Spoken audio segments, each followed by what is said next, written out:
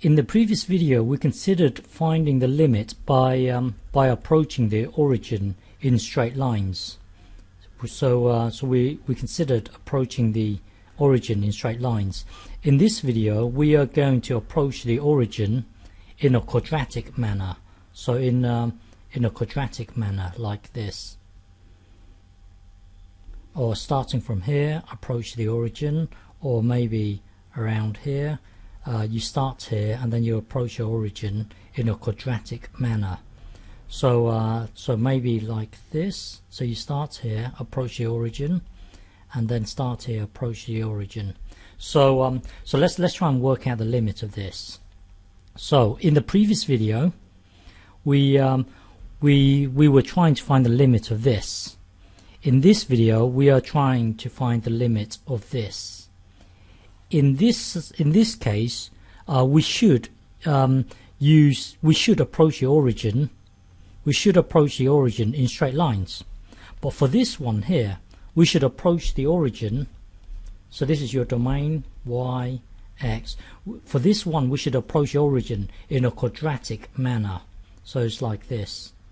And the way you can tell is by well, over time you would develop a way of doing it, because if you look at this, if you consider y equals x, so approach it in a straight line manner.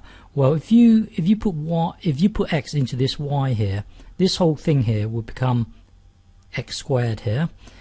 Put this x into the y here, so that will become x squared. Can you see that this thing here will then become 2x squared over 2x squared. So can you see how neat it is when you consider approaching it in a straight line manner?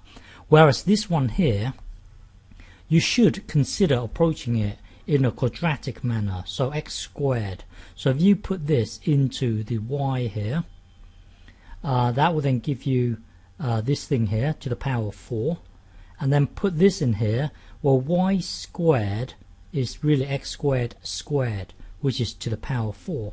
Can you see this whole thing here will then become a lot simpler? It will then become a lot simpler. So for this one here, over time you would develop a gut instinct on what to use. For this one here, consider using straight lines. For this one here, consider using approaching the origin in a quadratic manner, y equals x squared. So let's start again here. So we are trying to find the limit of this function here.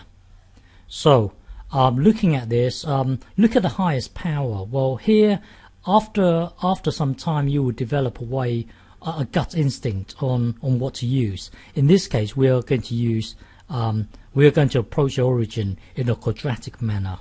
So you've got your constant here, and then we can now put this into the y here. That will then give us this thing here, and then put this into here. That will then give us this thing here. Square it. That will then give you this thing here, and then factorize x to the power of 4. So that will then give us this thing here, and then cancel these two out. That will then give us this. So right from the start, we were trying to find the limit of this function as x and y approaches the origin, but then we need to evaluate it when we approach the origin in a quadratic manner. So we need to evaluate it for these paths.